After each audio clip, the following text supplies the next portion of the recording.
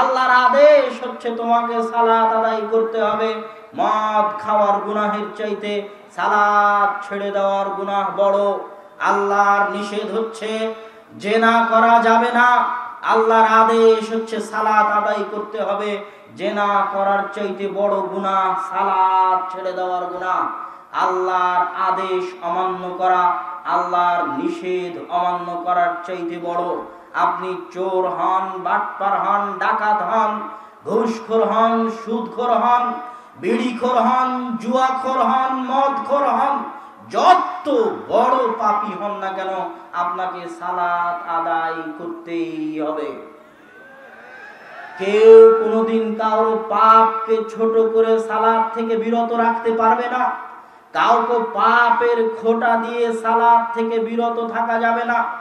হ্যাঁ, এই কথা ঠিক যে রাসূল সাল্লাল্লাহু আলাইহি ওয়াসাল্লাম বলেছেন, কেউ যদি একবার নেশাদার দ্রব্য পান করে তার 40 ইয়াওমান 40 দিনের ইবাদত আল্লাহর দরবারে কবুল হয় না। হ্যাঁ, এই কথা ঠিক যে রাসূল সাল্লাল্লাহু আলাইহি ওয়াসাল্লাম বলেছেন, লা ইয়াদখুলুল জান্নাতা জাসাদুন গুদিয়া বিল হারাম। ওই শরীর জান্নাতে প্রবেশ করতে পারবে না যে শরীর হারাম দিয়ে তৈরি হয়েছে। হ্যাঁ, এই কথা ঠিক যে রাসূল সাল্লাল্লাহু আলাইহি ওয়াসাল্লাম বলেছেন যে মানুষ যখন হাত তুলে দোয়া করে তখন আল্লাহ বলেন, মাতা'আমুহু হারামুন ওয়া মাশরাবুহু হারামুন ওয়া মালবাসুহু হারামুন ইন্নাল্লাহা তাইয়্যিব লা ইয়াকবালু ইল্লা তাইয়্যিব। ওই যে ব্যক্তি দোয়া করছে ওর খাদ্যদ্রব্য হারাম, ওর গায়ের জামা হারাম টাকায় কিনা, মালবাসুহু হারামুন মাতা'আমুহু হারামুন ওয়া মাশরাবুহু হারামুন, ও যা পান করে ওইটা হারাম। আল্লাহ পবিত্র, আল্লাহ অপবিত্র জিনিস গ্রহণ করেন না। এগুলো সব হাদিস ঠিক। তার মানে এই নয় যে বিড়ি খেয়েছে ও 40 দিন আর সালাত আদায় করবে না। তার মানে এই নয় যে সুদের টাকায় জীবন চালাই ওকে আর সালাত আদায় করা লাগবে না, এই জন্য যে সালাত তো আল্লাহর দরবারে কবুল হবে না, এই কথা নয়। কি জন্য এই কথা নয়? এই জন্য এই কথা নয়। এই কথা ঠিক, যদি বিড়িখোর সালাত আদায় করে সালাতের নেকি পাবে না। সালাতের বিশাল অগণিত অসংখ্য ফজিলত আছে, সেই অগণিত অসংখ্য বিশাল ফজিলত থেকে বঞ্চিত হবে সালাত কবুল না হওয়ার কারণে। কিন্তু সালাত ছেড়ে দিলে যে মহা গুনাহ হতো, যেই গুনাহ সুদ খাওয়ার চাইতে বড় গুনাহ, যেই গুনাহ ঘুষ খাওয়ার চাইতে বড় গুনাহ, যেই গুনাহ মদ খাওয়ার চাইতে বড় গুনাহ, যেই গুনাহ জেনা করার চাইতে বড় গুনাহ, সালাত ছেড়ে দিলে যেই গুনাহ হতো ওই গুনাহ থেকে সে বেঁচে যাবে। আর যদি আমি মনে হয় বুঝাতে পারিনি আপনাদেরকে, আর যদি সালাত আদায় করে তাহলে ওই গুনাহ থেকে বেঁচে গেল। গুনাহ শুধু একটা থাকলো, সেটা হচ্ছে ও যে গুনাহের কাজে আছে সেই গুনাহের কাজ। আর যদি সালাত আদায় না করে তাহলে ওর গুনাহ ডবল। এক বিড়ি খাওয়ার গুনাহ আর এক নামাজ না পড়ার গুনাহ, এক সুদ খাওয়ার গুনাহ আর এক সালাত ছেড়ে দেওয়ার গুনাহ, এক ঘুষ খাওয়ার গুনাহ আর এক সালাত ছেড়ে দেওয়ার গুনাহ। অতএব হে মুসলিম ভাই, হে মুসলিম বোন, আপনাকে বলছি, আপনি যদি বিড়িখোর হন, বিড়ি এখনই খাওয়া শেষ করলেন, সালাতের সময় হয়েছে, বিড়ি খাওয়ার অজুহাতে আপনি সালাত ছাড়তে পাবেন না, সালাত আদায় করতেই হবে। আপনি যদি ঘুষখোর হন, সুদখোর হন, এখনই টেবিলের নিচ দিয়ে লাখ টাকা কোটি টাকা সুদ ঘুষ নিয়েছেন, এই অজুহাতে আপনি সালাত ছাড়তে পাবেন না, সালাত আপনাকে আদায় করতেই হবে। এখনই যদি আপনি বেশ্যালয় থেকে বের হয়ে আসেন, ওই অজুহাতে সালাত পরিত্যাগ করতে পাবেন না, সালাত আপনাকে আদায় করতেই হবে। সালাতের বিকল্প কিছু নাই, সালাত আদায় করতেই হবে। যত বড় পাপী হন, যত বড় পাপিষ্ঠ হন, কি জন্য সালাত পরিত্যাগ করা যাবে না? এই সালাতই যদি ধরে রাখেন আপনি, এই সালাত একদিন আপনাকে গুনাহ থেকে বিরত রাখবেই, রাখবেই, রাখবেই ইনশাআল্লাহ। কি জন্য এই সালাত আপনাকে গুনাহ থেকে বিরত রাখবে? মানুষ জানে না। কোরআনের এই আয়াতের ব্যাখ্যা মানুষ বুঝতে পারে না যে ইন্নাস সালাতা তানহা আনিল ফাহশাই ওয়াল মুনকার। সালাত মানুষকে গুনাহ থেকে বিরত রাখতে পারে, আল্লাহ কোরআনে বলছেন।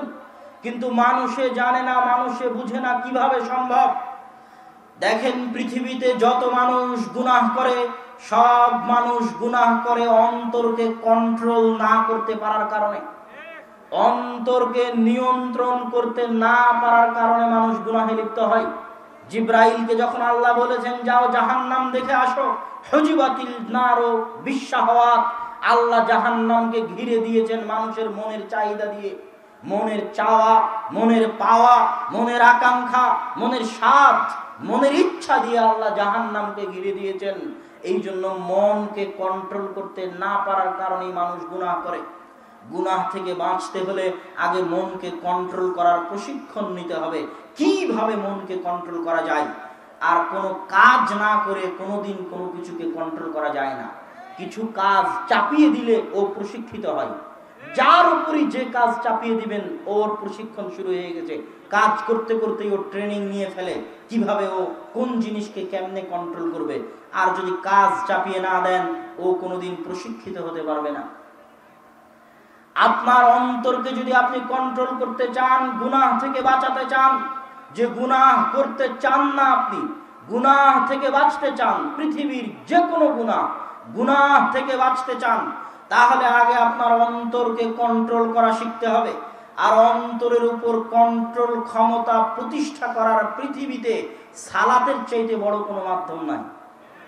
5 ওয়াক্ত সালাত মসজিদে জামাতে উপস্থিত হওয়া পৃথিবীর বুকে সবচেয়ে বড় চ্যালেঞ্জ। 5 ওয়াক্ত সালাত জামাতে মসজিদে উপস্থিত হওয়া পৃথিবীর বুকে মনের বিরুদ্ধে সবচেয়ে বড় চ্যালেঞ্জ। 5 ওয়াক্ত সালাতে জামাতে উপস্থিত হওয়া আসমানের নিচে জমিনের উপরে মনের বিরুদ্ধে লড়াই করে 5 ওয়াক্ত সালাতে মসজিদে উপস্থিত হওয়া পৃথিবীতে সবচেয়ে বড় চ্যালেঞ্জ। আর এই চ্যালেঞ্জ যে একবার গ্রহণ করতে পারে ওর আত্মা ধীরে ধীরে ট্রেন আপ হয়, কিভাবে ও মনকে কন্ট্রোল করতে পারবে। একবার যদি 5 ওয়াক্ত সালাত নিয়মিত মসজিদে আদায় করার অভ্যাসই বানিয়ে ফেলে নিজের আত্মাকে, ওই আত্মা গুনাহ থেকে বিরত থাকা এমনি শিখে যাবে। যত মানুষ দেখবেন গুনাহে লিপ্ত, এরা কেউ নিয়মিত 5 ওয়াক্ত সালাত জামাতে আদায় করতে পারে না। এই জন্যই তার অন্তরের উপর তার কন্ট্রোল ক্ষমতা প্রতিষ্ঠা হয় না, কেননা তার অন্তর তার নিয়ন্ত্রণের বাইরে। আপনি যদি অন্তরকে কন্ট্রোল করতে চান, প্রথম ফার্স্ট পদক্ষেপ হচ্ছে 5 ওয়াক্ত সালাত মনের বিরুদ্ধে লড়াই করে মসজিদে উপস্থিত হয়ে আদায় করতে হবে। তাহলে আপনার অন্তর প্রশিক্ষিত হবে, অন্তরকে আপনি কন্ট্রোল করা শিখে যেতে পারবেন। রাসূল সাল্লাল্লাহু আলাইহি ওয়াসাল্লাম এমনি বলেননি, কেউ যদি 40 দিন টানা 40 দিন 5 ওয়াক্ত সালাত তাকবীরে তাহরিমার সাথে উপস্থিত হয়ে আদায় করে, আল্লাহু আকবার বলে যে সালাত শুরু হয়, এই তাকবীরে তাহরিমার প্রথম তাকবীর মিস না দিয়ে টানা 40 দিন 5 ওয়াক্ত সালাত মসজিদে তাকবীরে তাহরিমার সাথে আদায় করে, ও জাহান্নাম থেকে মুক্ত। এত বড় ফজিলত তো আল্লাহ রাসূল এমনি ঘোষণা করেনি, কালকে থেকে শুরু করেন, কয়দিন পারেন। অনেক বড় কঠিন চ্যালেঞ্জ যে আপনি টানা 40 দিন 5 ওয়াক্ত সালাত জামাতের সাথে তাকবীরে তাহরিমা মিস না দিয়ে আদায় করবেন। অনেক বড় কঠিন চ্যালেঞ্জ, অন্তরের জন্য সবচেয়ে বড় প্রশিক্ষণ। কেউ যদি একবার 40 দিন টানা আদায় করে ফেলে, ওর অন্তরের একটা প্রশিক্ষণ কোর্স কমপ্লিট হয়ে যাবে এবং অটোমেটিক ও জাহান্নাম থেকে মুক্ত হয়ে যাবে। ওর অন্তর প্রশিক্ষিত হয়ে যাবে গুনাহ থেকে বিরত থাকার জন্য। অন্তরকে নিজের কন্ট্রোলে নিয়ে চলে আসবে। অন্তর মুতাআওয়াদ বিইবাদাতিল্লাহ, আল্লাহর ইবাদতে অভ্যস্ত হয়ে যাবে। অন্তরের উপর কন্ট্রোল ক্ষমতা প্রতিষ্ঠার শেষ স্তর, লাস্ট স্টেপ, টপ লেভেলের স্টেপ, সালাতুর রাজুলি ফি জাওফিল লাইল ওয়ান নাস নিয়াম। মানুষ যখন রাতে ঘুমিয়ে থাকে, রাতের শেষ অংশে আল্লাহ যখন নিচের আসমানে নেমে আসেন, তখন তাহাজ্জুদের সালাত আদায়ে অভ্যাসী হওয়া, এটা অন্তরের উপর কন্ট্রোল ক্ষমতা প্রতিষ্ঠার শেষ স্তর। আল্লাহ সুবহানাহু ওয়া তাআলা আল্লাহর রাসূলকে বলেছিলেন যে ফাতাহাজ্জাত বিহি নাফিলা, আপনাকে অনেক বড় দায়িত্ব দিচ্ছি, এই দায়িত্ব প্রতিষ্ঠা করার জন্য, ভালোভাবে পালন করার জন্য অন্তরের উপর যেই পরিমাণ কন্ট্রোল ক্ষমতা প্রয়োজন, আপনার আত্মাকে তো জমজমের পানি দিয়ে সিনা চাক করে ধুয়ে পরিষ্কার করে পুনরায় সেলাই করে দেওয়া আছে। তারপরও অন্তরকে প্রশিক্ষিত রাখার জন্য যেই কাজটা আপনাকে করতেই হবে, সেটা হচ্ছে রাতে তাহাজ্জুদের সালাত আপনাকে আদায় করতে হবে। আসা ইয়াবাসাকা রাব্বুকা মাকামান মাহমুদা, আপনি যদি রাতে নিয়মিত তাহাজ্জুদের সালাত আদায় করেন হে মুহাম্মদ সাল্লাল্লাহু আলাইহি ওয়াসাল্লাম, তাহলে কিয়ামতের মাঠে আল্লাহ আপনাকে সব সবচেয়ে সম্মানিত করবেন, মাকাম মাহমুদ দিবেন। আল্লাহু আকবার। তাহলে আপনি আপনার অন্তরের উপর যদি কন্ট্রোল ক্ষমতা প্রতিষ্ঠা করতে চান, তার শেষ স্তর হচ্ছে রাতে তাহাজ্জুদের সালাত নিয়মিত আদায় করা। যে একবার 5 ওয়াক্ত সালাত নিয়মিত আদায় অভ্যাসী হয়ে গেল, রাতে তাহাজ্জুদ সালাত নিয়মিত আদায় অভ্যাসী হয়ে গেল, ও অটোমেটিকই অন্য গুনাহ থেকে বিরত থাকা শুরু করে দিবে। অটোমেটিক। ইন্না সালাতা তানহা আনিল ফাহশাই ওয়াল মুনকার, সালাত আপনাকে গুনাহ থেকে বিরত রাখবে। আর যদি সালাত ছেড়ে দেন গুনাহের অজুহাতে, বিড়ি খাই তাই সালাত আদায় করব না, সুদ খাই তাই সালাত আদায় করব না, ঘুষ খাই তাই সালাত আদায় করব না, মাআযাল্লাহ, আপনার হেদায়েতের সব রাস্তা বন্ধ হয়ে যাবে। আপনার হেদায়েতের কোনো রাস্তা খোলা থাকবে না। সালাত ছাড়বেন না। সালাত আপনাকে একদিন হেদায়েতের রাস্তায় নিয়ে যাবেই যাবে ইনশাআল্লাহ। সালাত একদিন আপনাকে অন্ধকার থেকে আলোর পথে নিয়ে যাবেই যাবে ইনশাআল্লাহ। যত কিছুই হোক সালাত পরিত্যাগ করবেন না। সম্মানিত উপস্থিতি, সালাত এত গুরুত্বপূর্ণ, এত জরুরি একটি ইবাদত। সালাতের বিষয়ে তৃতীয় গুরুত্বপূর্ণ পয়েন্ট হচ্ছে, ইসলামে যত ইবাদত আছে সব ইবাদতের যত শর্ত দেওয়া আছে, ওই শর্তগুলো যদি মিস হয় ইবাদতও মিস। ইবাদতের আর দরকার নাই, শর্ত নাই, ইবাদত নাই, শর্ত নাই, ইবাদত নাই। যাকাত আদায়ের শর্ত নিসাব পরিমাণ সম্পদের মালিক হওয়া, নিসাব পরিমাণ সম্পদের মালিক হতে পারেনি, যাকাত নাই।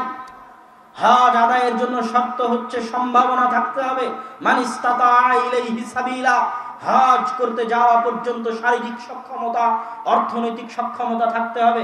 শারীরিক সক্ষমতা নাই, অর্থনৈতিক সক্ষমতা নাই, হজ মওকুফ, হজ আদায় করা লাগবে না। সিয়াম পালনের জন্য শরীর সুস্থ থাকা লাগবে, শরীর অসুস্থ, সিয়াম পালন করা লাগবে না। যদি আপনি চিরস্থায়ী অসুস্থ হন, আপনার পক্ষ থেকে ফিদিয়া দিয়ে দিবেন, আপনাকে সিয়াম আদায় করা লাগতেছে না। কিন্তু সালাতের ক্ষেত্রে এরকম কোনো বদল পাবেন না, সালাতের ক্ষেত্রে কোনো বদলি পাবেন না, কোনো ফিদিয়া পাবেন না, কোনো কাফারা পাবেন না। অন্য সব কিছুতে কাফারা পেতে পারেন, এটা হয়নি এটার কাফারা এটা দাও, এটা হয়নি এটার কাফারা এটা দাও, এটা করতে পারোনি এর কাফারা এটা দাও, এর ফিদিয়া এটা দাও। সালাতের কোনো ফিদিয়া, কোনো কাফারা কিচ্ছু পাবেন না। সালাতের সব শর্ত যদি মওকুফ হয়ে যায়, সব শর্ত যদি বাতিল হয়ে যায়, তবুও সালাত বাতিল হবে না। সালাতের জন্য পবিত্র হওয়া জরুরি। পবিত্র হওয়ার জন্য ওযু করতে হয়, বড় পবিত্র হওয়ার জন্য, বড় অপবিত্র থেকে পবিত্র হওয়ার জন্য গোসল করতে হয়। স্ত্রীর সাথে সহবাস করেছেন, রাতে স্বপ্ন দোষ হয়েছে, বড় অপবিত্র, গোসল করার পানি নেই, তায়াম্মুম করবেন, তায়াম্মুম করার মাটি নেই। যদি গোসল করার পানি না থাকে, তায়াম্মুম করার মাটি না থাকে, সালাত কি বাতিল হয়ে যাবে? সালাত মওকুফ হবে না।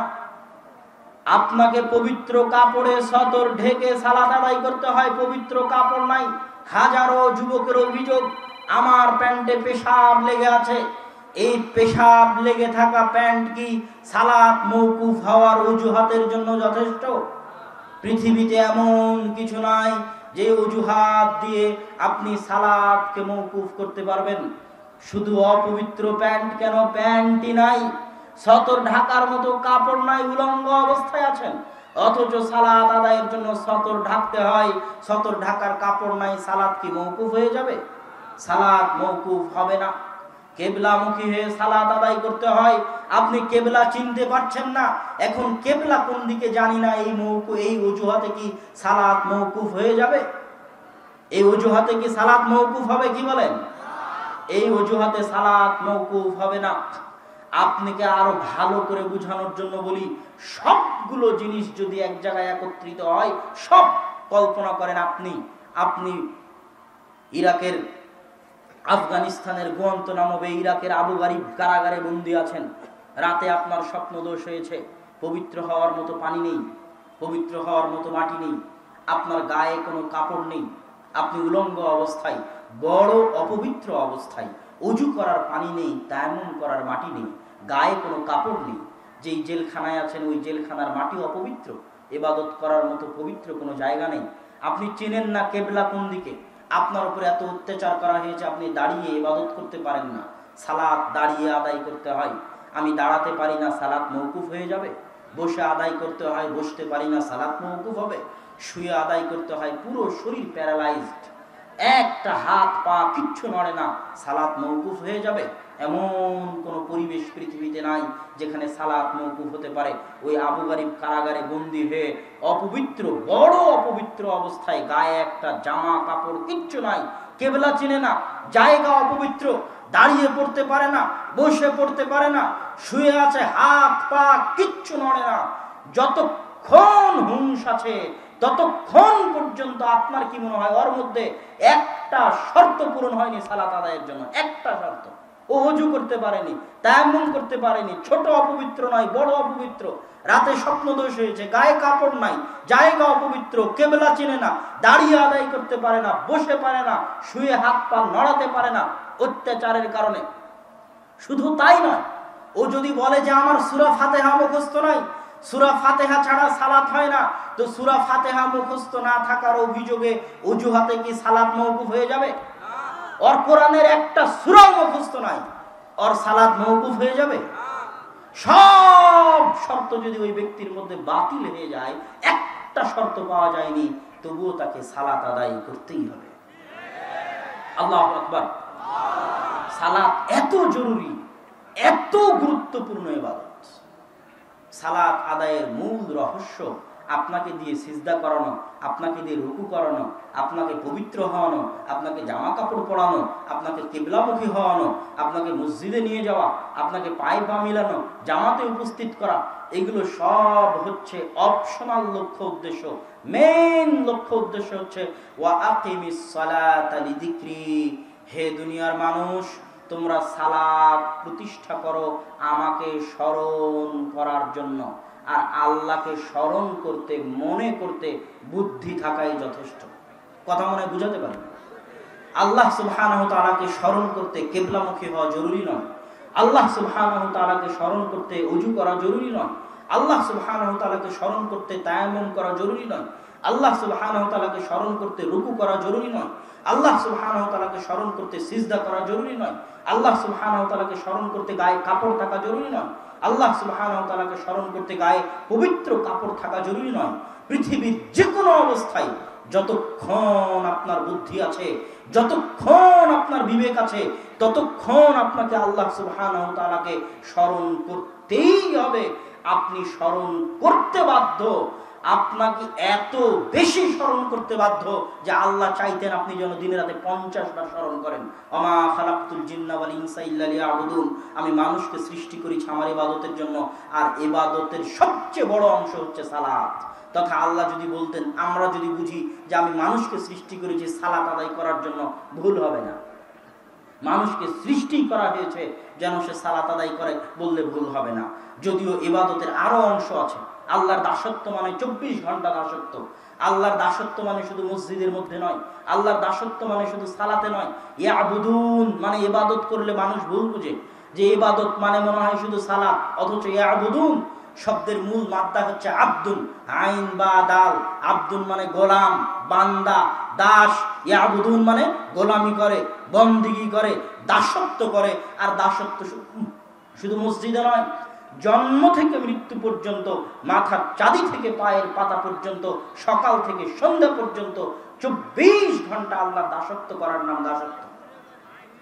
আর আল্লাহ সুবহানাহু ওয়া তাআলার দাসত্ব হচ্ছে সবচেয়ে মজা, সবচেয়ে বড় আজাদি, সবচেয়ে বেশি স্বাধীনতা, সবচেয়ে বেশি আত্মসম্মান, সবচেয়ে বেশি আত্মমর্যাদা, সবচেয়ে বেশি আত্ম অহংকার, সবচেয়ে বেশি ভারাত্ম, সবচেয়ে বেশি ব্যক্তিত্ব ওই ব্যক্তির মধ্যে থাকবে যে যত বেশি আল্লাহর দাস। আর যে যত কম আল্লাহর দাস ও তত অন্য কিছুর দাস। যে যত কম আল্লাহর দাস ও তত অন্য কিছুর দাস। দেখবেন কেউ ফ্রি ফায়ার পাবজি গেমের দাস, দেখবেন কেউ মদ জুয়ার দাস গোলাম, দেখবেন কেউ নারীর দাস, দেখবেন কেউ আইপিএল বিপিএল এর জুয়ার দাস।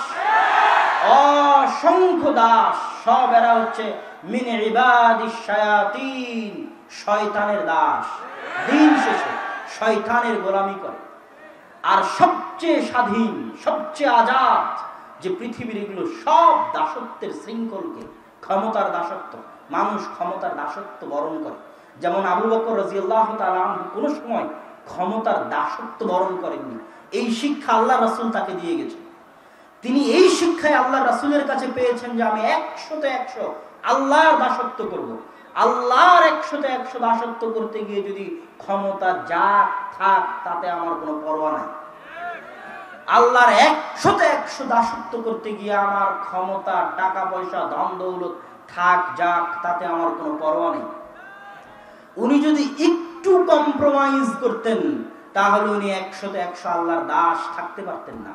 উনি দুনিয়াকে ভয় পেয়ে যেতেন, ক্ষমতাকে ভয় পেয়ে যেতেন, ক্ষমতার গোলাম হয়ে যেতেন। বলেন কি আপনি, যারা যাকাত দিচ্ছেন এদের বিরুদ্ধে যুদ্ধ করবেন, এরা সব তো কালেমায়ে শাহাদা পড়ে মুসলমান হয়েছে। ক্ষমতা চলে যেতে পারে, ক্ষমতার ভয়ে একটু ভিতরে ঢোকা মানে ক্ষমতার দাস হয়ে যাওয়া। আপনি পৃথিবীর যত মানুষ আছে সব মানুষ দেখবেন কোনো না কোনো কিছুর দাসত্ব বরণ করে আছে, আর এগুলো সব দাসত্বের শৃঙ্খলা ভঙ্গ করে, সব দাসত্বের জিঞ্জিরকে চূর্ণ বিচূর্ণ করে যে 100-100 আল্লাহর গোলাম, আল্লাহর দাস ও পারমাণবিক বমের চেয়েও শক্তিশালী। ও হচ্ছে ইব্রাহিম আলাইহিস সালাতু ওয়াস সালামের মতো উঁচু আত্মমর্যাদা সম্পন্ন। পৃথিবীতে এমন কেউ নাই যে তাকে কিনে নিতে পারে। পৃথিবীতে এমন কেউ নাই যে তাকে টাকার বিনিময়ে ক্রয় করে নিতে পারে, কেউ নাই। এই জন্য বলছিলাম আল্লাহ সুবহানাহু ওয়া তাআলার দাসত্বের সবচেয়ে বড় মাপকাঠি হচ্ছে সালাত। সালাত দিয়ে আল্লাহকে স্মরণ করতে বলা হয়েছে। সালাতের এই মূল রহস্য আল্লাহকে স্মরণ করা।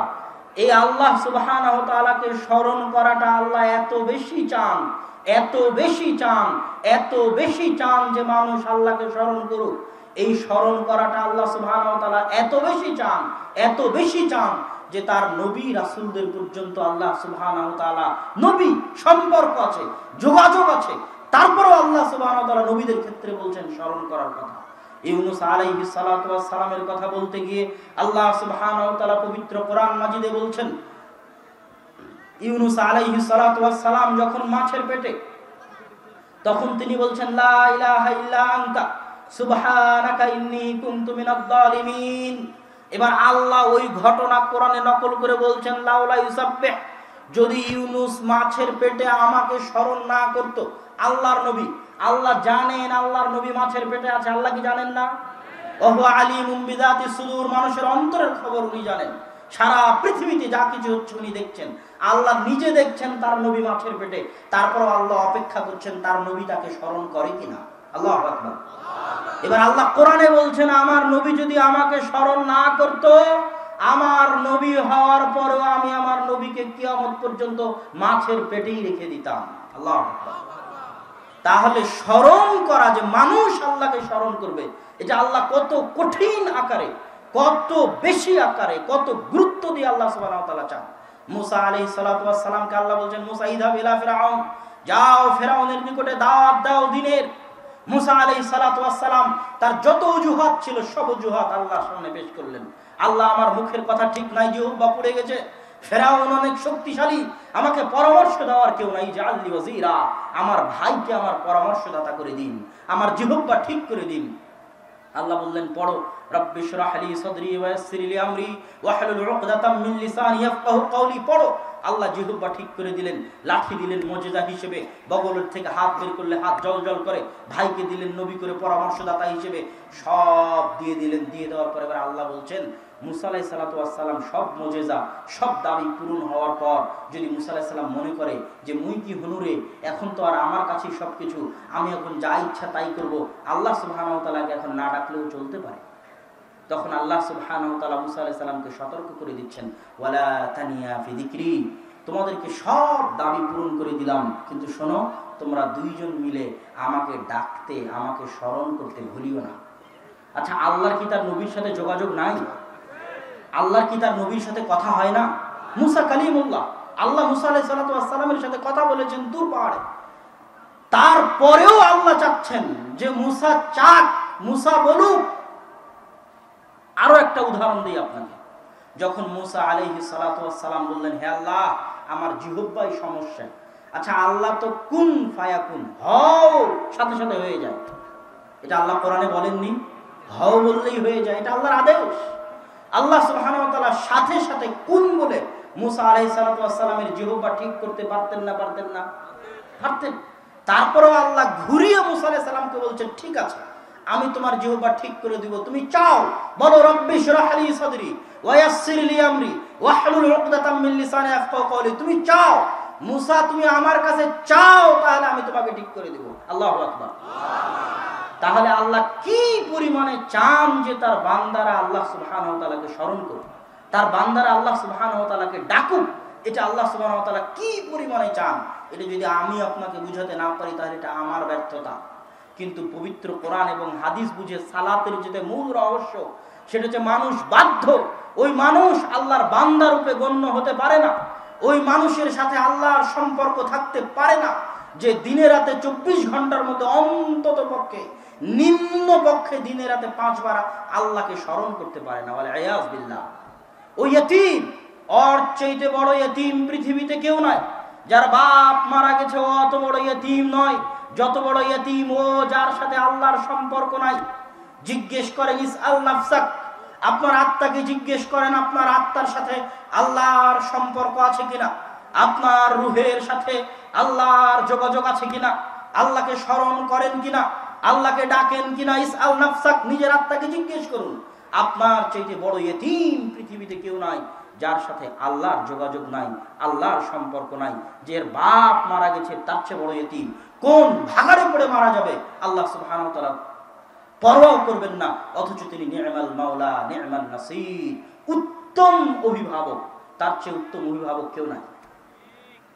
আপনার সবচেয়ে প্রিয়, সবচেয়ে কাছের, সবচেয়ে নিকটের, সবচেয়ে ভালোবাসা, সবচেয়ে আপন আপনার সৃষ্টিকর্তা আল্লাহ সুবহানাহু ওয়া তাআলা।